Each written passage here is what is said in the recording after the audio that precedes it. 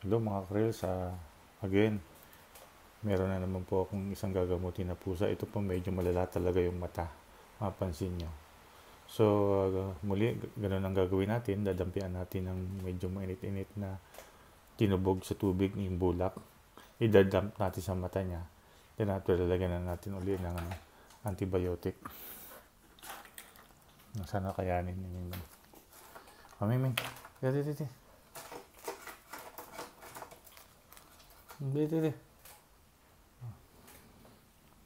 Ayan.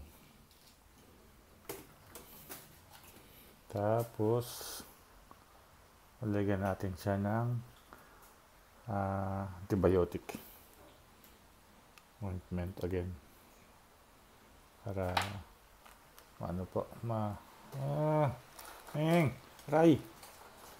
Nalmot po ako ni Mingming. So, yun.